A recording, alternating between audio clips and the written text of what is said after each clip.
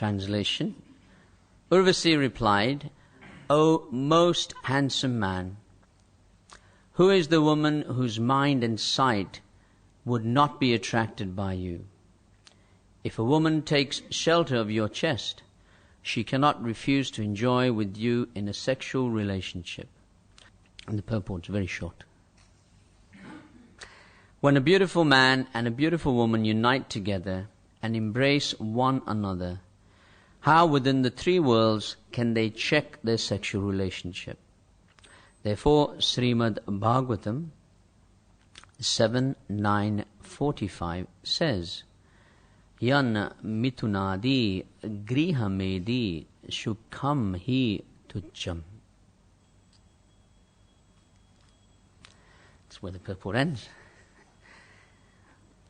Om Jnanatimirandasya Jnananjana Shalakaya Chakshurun Militam Jena Tasmai Sri Gurave Namaha Vanchakalpatarubhyascha Kripa Sindhu Bhaivacha Patitanam Bhavanebhyo Vaishnavebhyo Namo Namaha.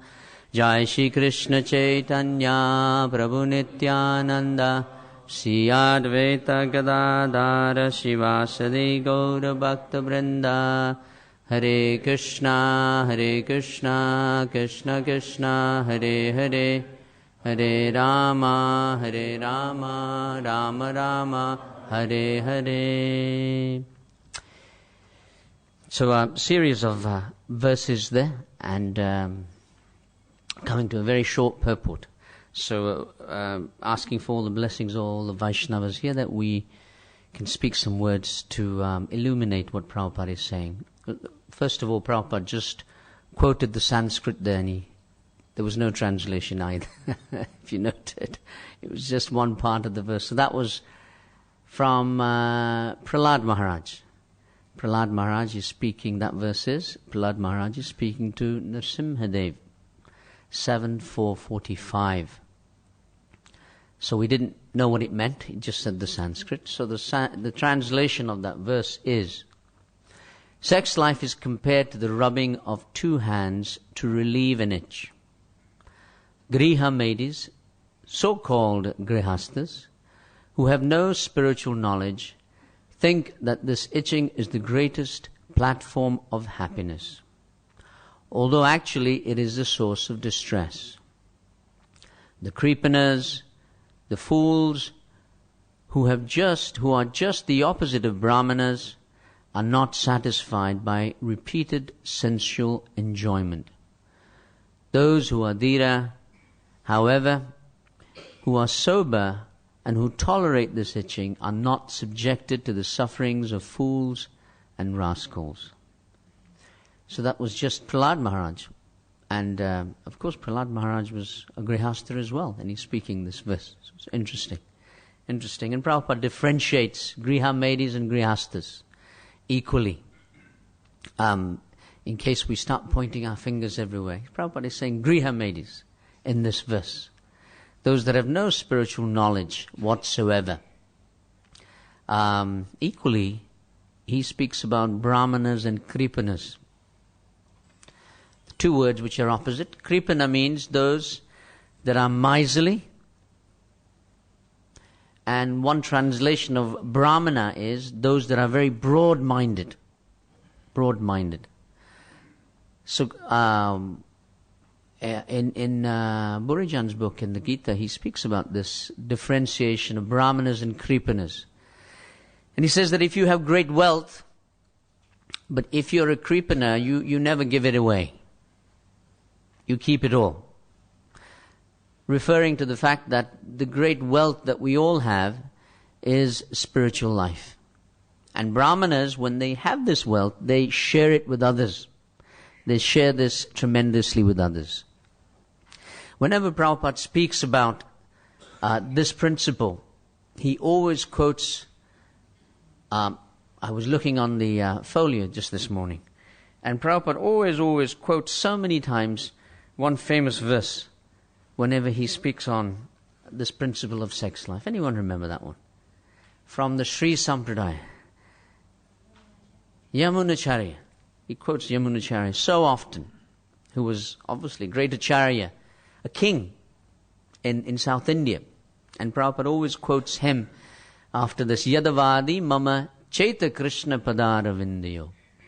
Nava Nava Rasa, where Prabhupada says, and this verse it means specifically, that since I have been engaged in the transcendental service of Krishna, realizing ever a new pleasure in him, whenever I think of sex life, I spit at the thought, and my lips curl with distaste. So Yamunacharya formerly was a great king, and with probably so many wives equally, great king in that area. So he specifically had realization on this. And Prabhupada, whenever if you hear him speaking, Prabhupada, we say, I spit at the thought of this, and Prabhupada would always say, I spite. Pronouncing it like that, I spite at the thought of this principle. When one sannyasi, he came to see Srila Prabhupada. And he said, Prabhupada, this is in Calcutta. He said, I'm having difficulties in my ashram. I'm thinking about my former wife. So Prabhupada, he said to him, he said, just last night, even me, I was dreaming about my wife. And he said, just see how strong this sentiment is, he said. That so long ago, I had met my wife, but still I was dreaming. He said, but our order of sannyas means we cannot see our wife again. He said, we cannot see our wife again. So specifically, Prabhupada, in that story in Calcutta specifically, he said to him, he said, no, you should continue and not let these things disturb you. That was the advice that he gave him at that time. And in our scriptures, there are so many stories that come to mind of the same story of Pururava, Urvasi, same thing, same principle, where we hear of Vishvamitra, Menaka, when we hear of Sobari Muni, and the story with the fishes but there's one story which is there from the Indian history, which is a king by the name of King Bhartrihari. Bhartrihari was a king who ruled in the 7th century. And he was a great poet as well. And he loved his queen tremendously. And he was very infatuated with the queen, just like we were reading about Pururava and Urvasi.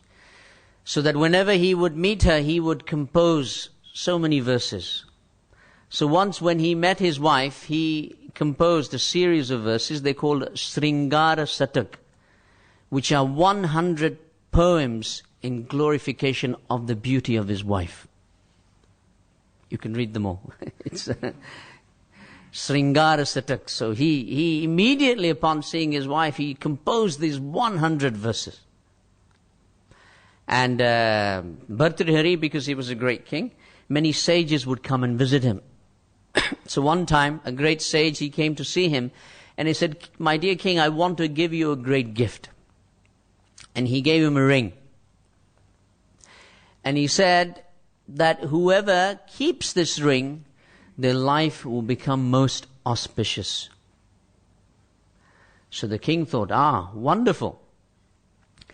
And you know what it is, if you receive a tremendous gift, you always want to share it with the person that you love the most.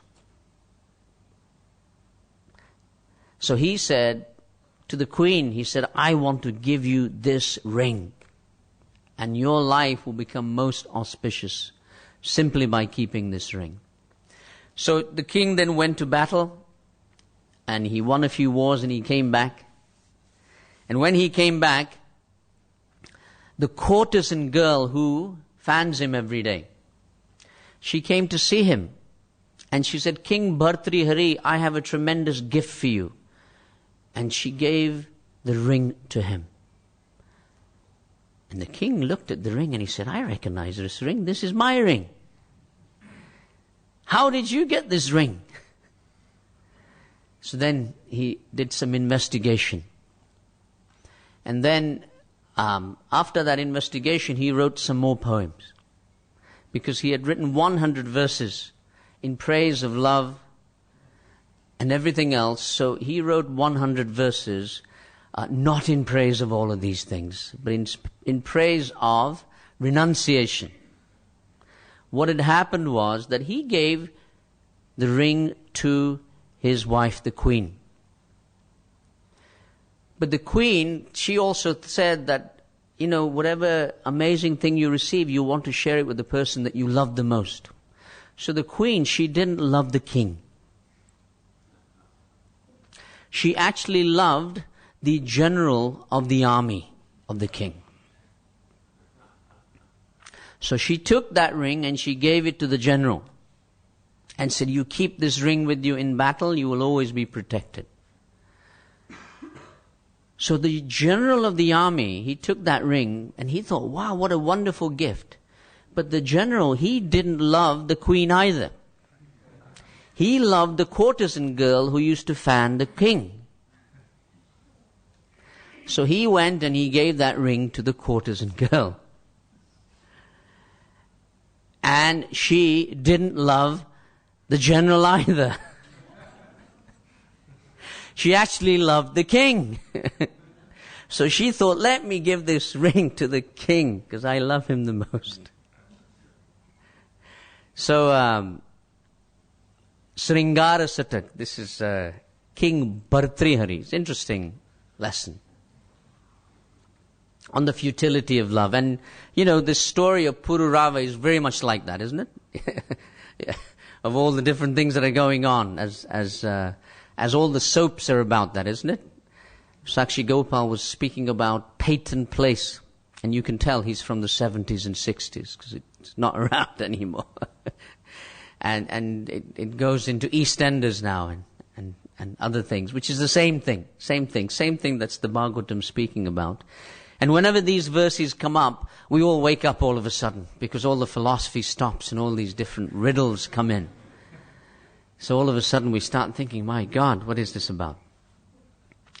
So Prabhupada often will always quote also Rishabdev whenever he speaks about this principle of sex life in the 7th chapter. And the famous verse, 7th, yes, Pumsha striya mituni bhavam etam. Tayor mitu hridaya granti mahu atag griya kshetra suta apta viter janasya moho yam aham mameti, which is that the basic principle of material life is this attraction between male and female. And what happens is that hridaya granti mahi, that when male and female when man and woman come together, their hearts are tied in a knot. And Prabhupada often speaks about hridaya granthi, the knot in the heart. Knot in the heart. And what happens? Because of this, atak griya kshetra suta apta viter. So the first thing is that you will need a griha, a house. Prabhupada says, if you are married, he said you will need a house immediately. Otherwise, you cannot be grihastha. Grihastha means one who has a griha, a house. And it's interesting because the word kshetra is used after that, land. So often now, you buy a plot of land to build a house. But actually Prabhupada speaks about the fact that previously you would have a house, but you would also have some land because you would grow your own food. Everybody lived like that. They grew their own food. They didn't need to buy anything or barter with anything. They're different currencies. So Prabhupada says kshetra refers to the fact that you grow your own food.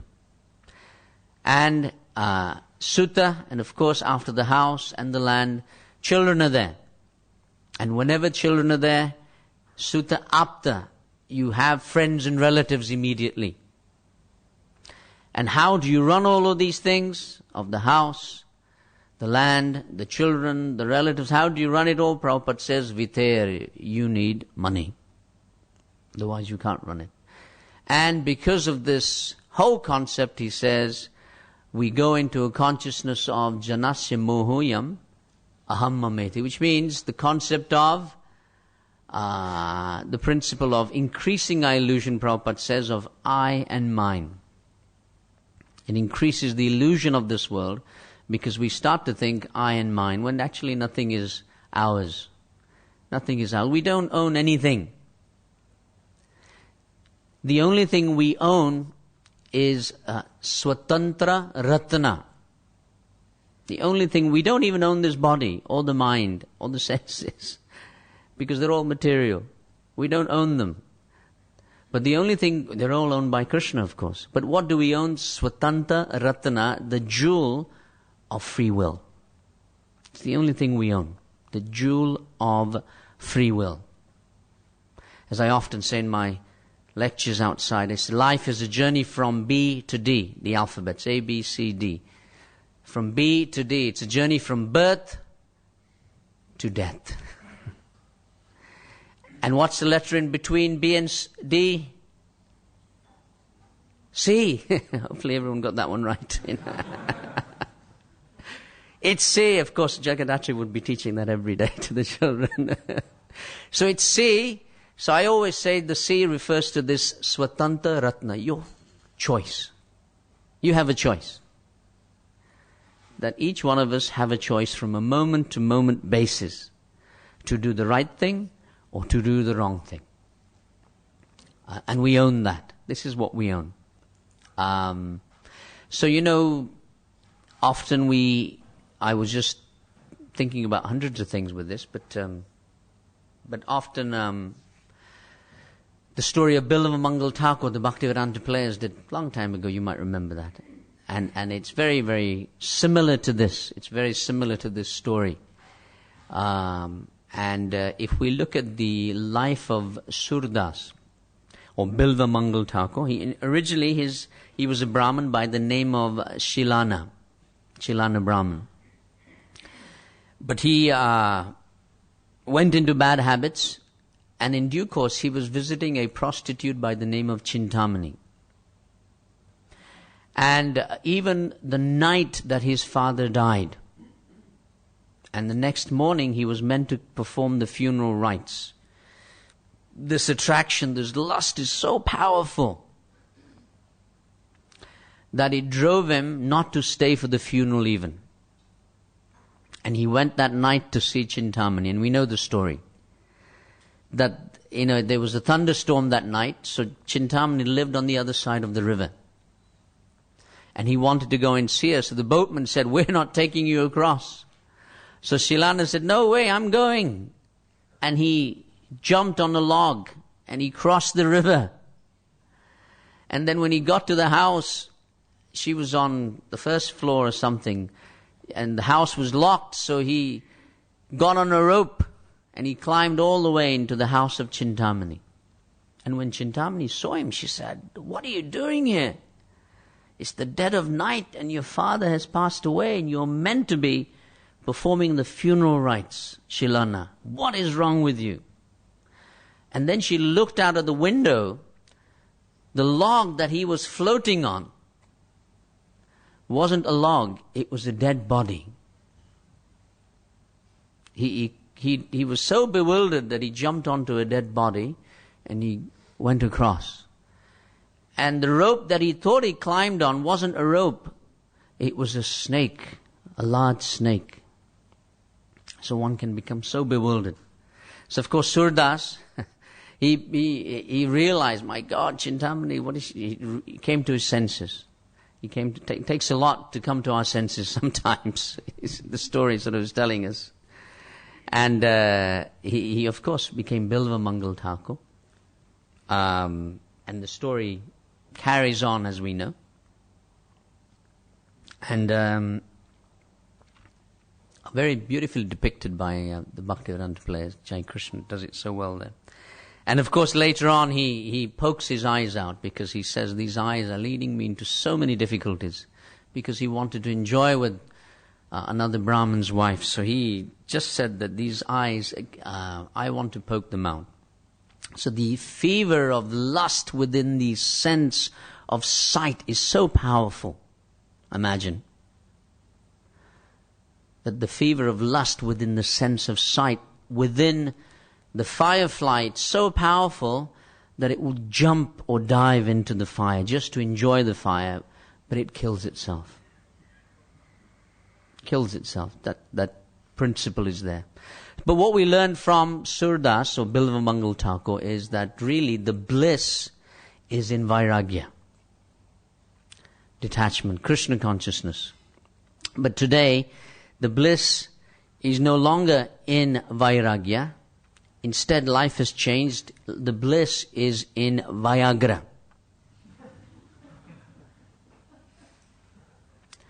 This is the debate. That the Bhagavatam is speaking about the bliss of Vairagya and they're speaking about Viagra. So, Krishna has designed our bodies so that naturally and gradually we give up sex desire as we progress and we get older. Unfortunately, what we find in today's society is the opposite. It's a sex-crazed world. Whether it's the internet, whether it's the billboard, and even if you go to the supermarkets, you're just innocently standing there at the checkout counter, and all the magazine of half-naked men and women are there at the checkout counter. Impulse buying, isn't it? They call it impulse buying. So people on impulse will just buy those things which are at the counter. Jai Shishi Radha Gokulananda Ki. And a debate that they had, because schools are very sensitive about these things, because what does every child do when they leave school? When they go home every day? Well, different things in different places, but generally, I remember I would always go to the sweet shop. Isn't it? You go to the sweet shop after school. And the debate in the education field years ago was this principle that what's the consequence that we have all of these things, magazines racked up, that young children are seeing it. So then you know what the law was, that they cannot be at the bottom shelf. The adult magazines, they have to be on the top shelf. So that was how they got out of it. That's all they said. We have to put them on the top shelf instead of the bottom shelf. But two of the consequences of this, of these images, is that young children become interested in sex life much earlier now. It's a consequence of this. Not just the magazines, it's just the internet, everything. Movies, whatever. And the second consequence of it is that the elderly are finding ways to reawaken their sexual relationships.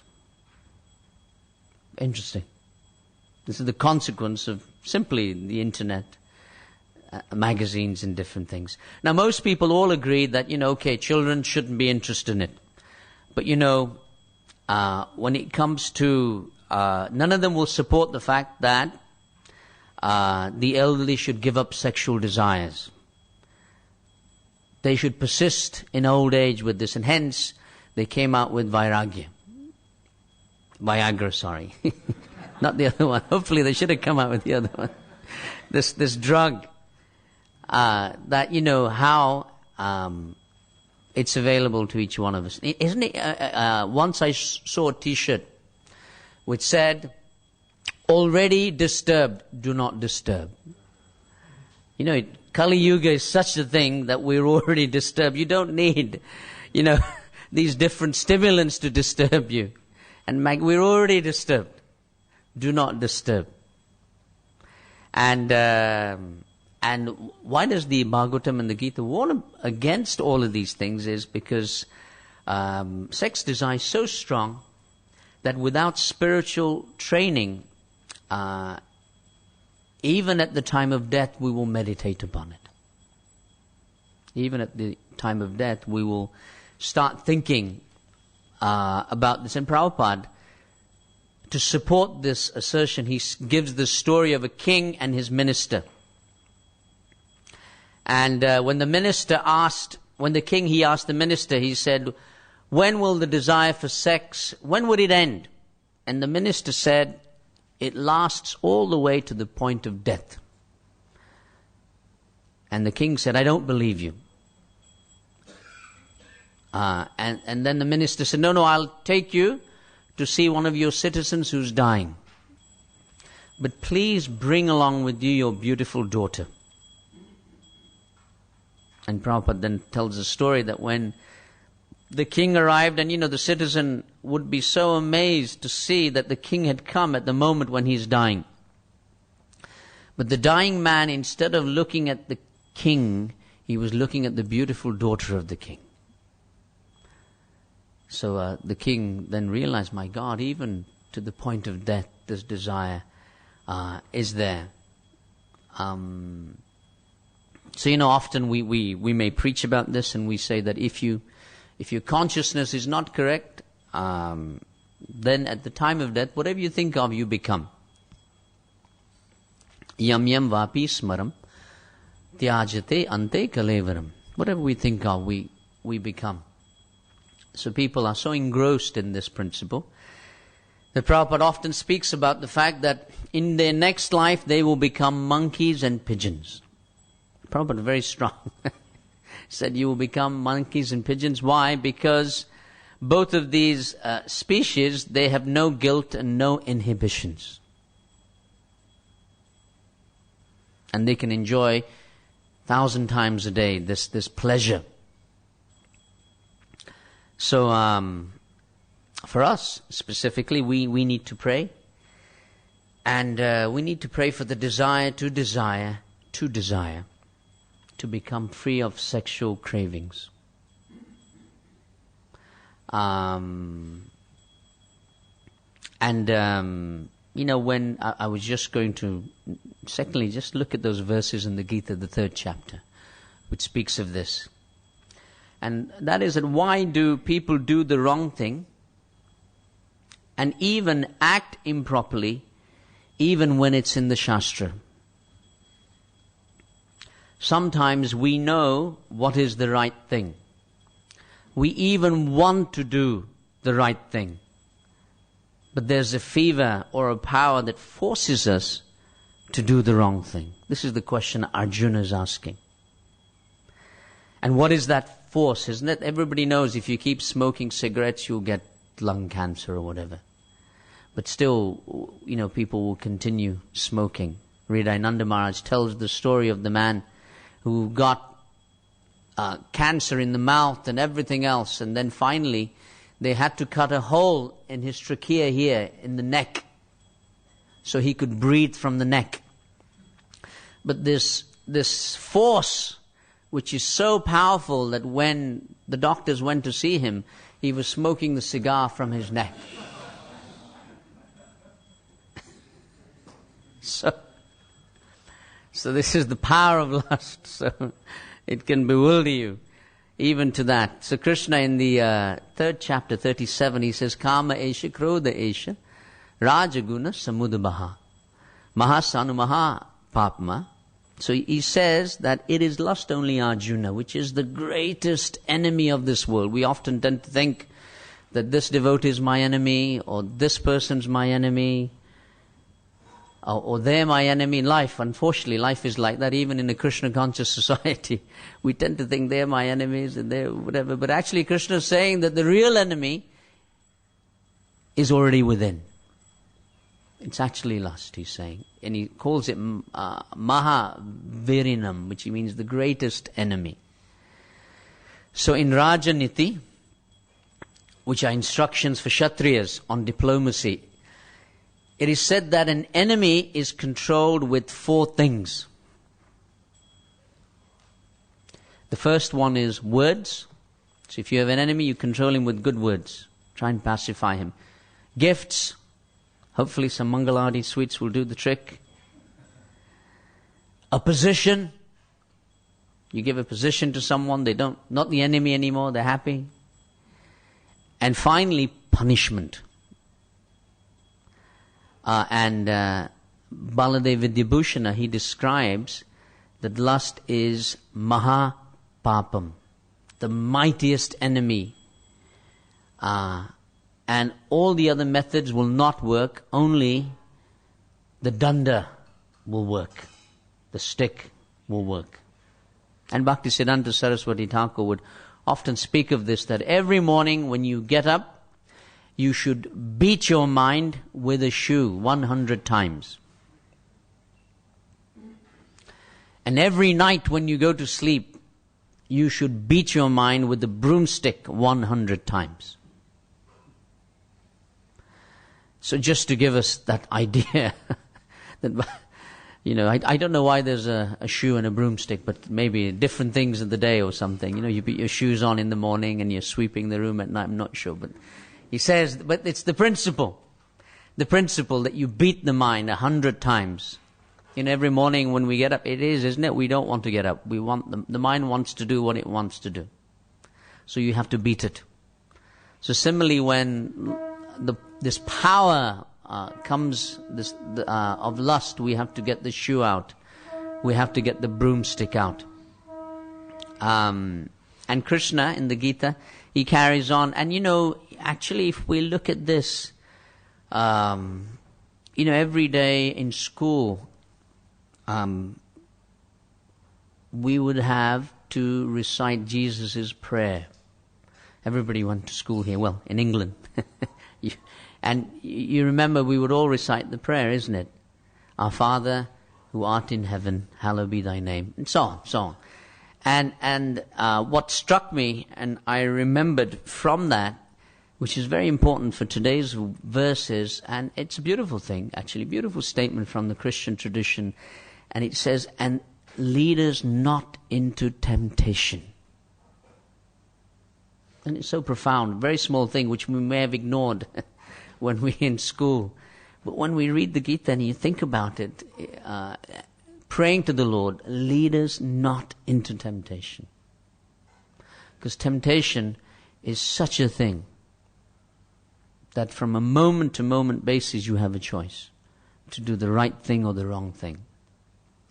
So Krishna continues in text 38 about this lust, and he says that as fire is covered by smoke, mirror is covered by dust, and the embryo is covered by the womb, the living entity is covered by different degrees of lust. And of course, Prabhupada says something interesting in that purport.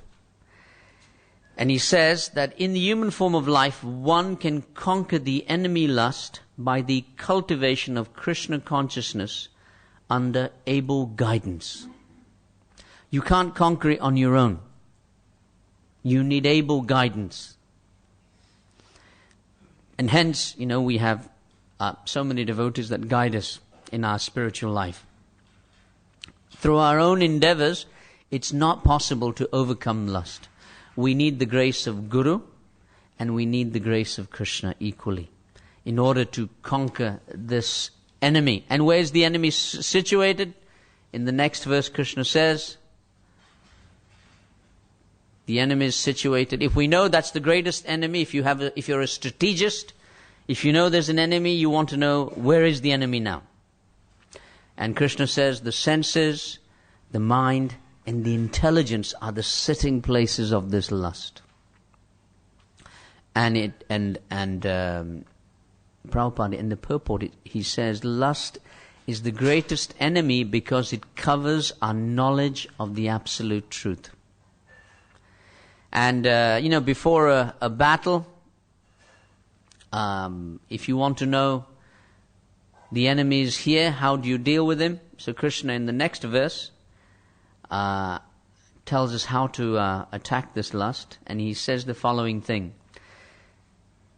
that, O Bharat, O Arjuna son of Bharat, O best of Bharats, in the very beginning curb this great symbol of lust by regulating the senses. So we may wonder, how do we control this lust?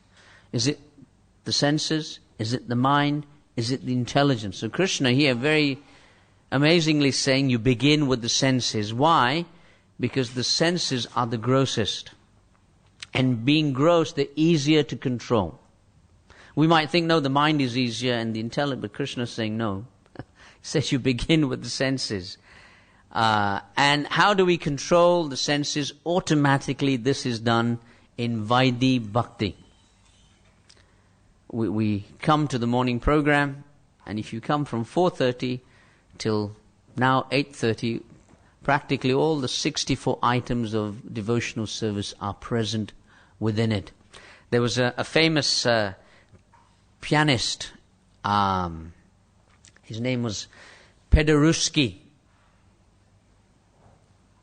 and because he was asked, do you practice every day?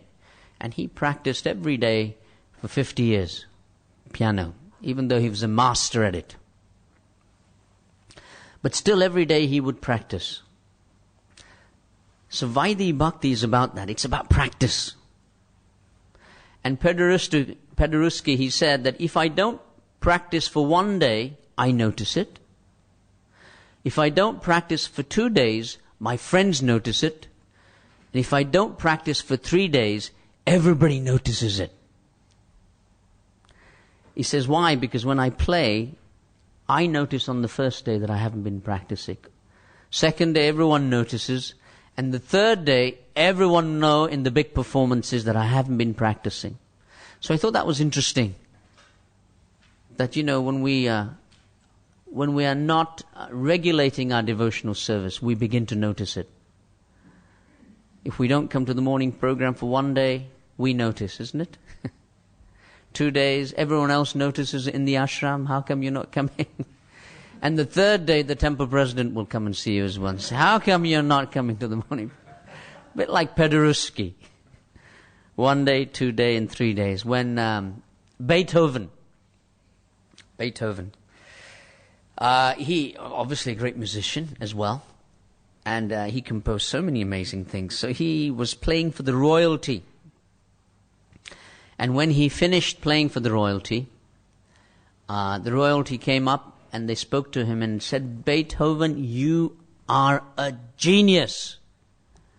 You are gifted in music. And Beethoven went to the queen and said, Madam, this genius practices 10 hours a day for the last 47 years.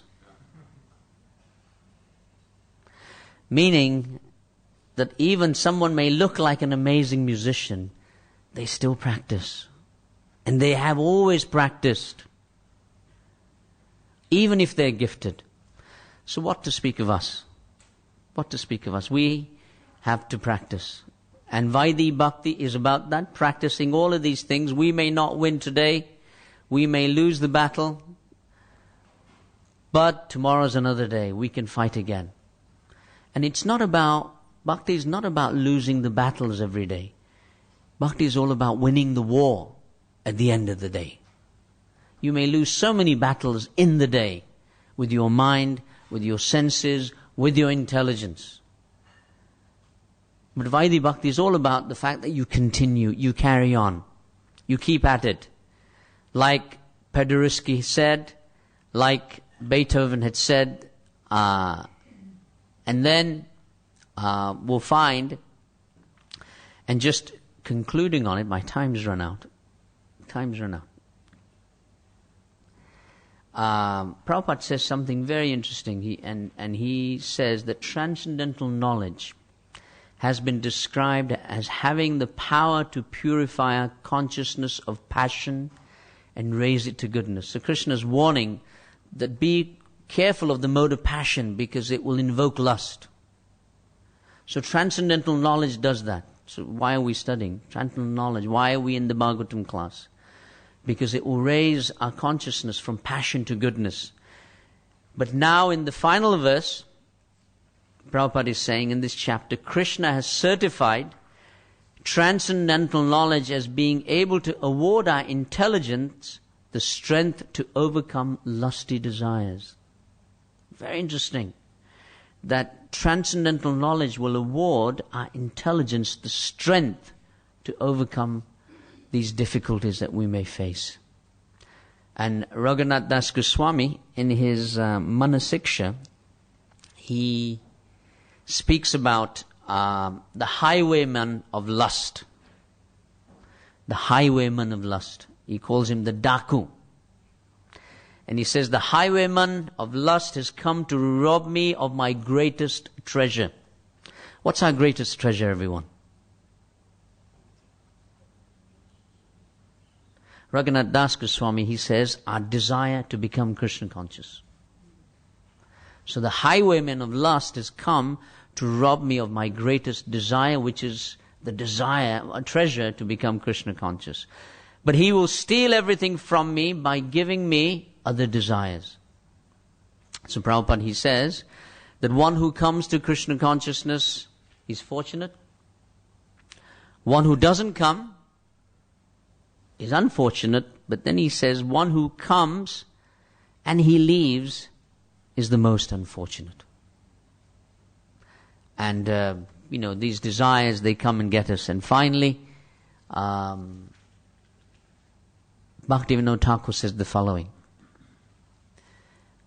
He says, the highwayman, lust, and his friends have bound me up to the neck with the painful rope of wicked deeds. O mind, please scream Krishna, O killer of Baka. I will be killed by the highwayman. Do that and he will save you. So Bhaktivinoda Thakur, he says that Bakasura, he represents deceit. Each of the demons, they represent different things. So he says Bakasura, he represents deceit. What does that mean?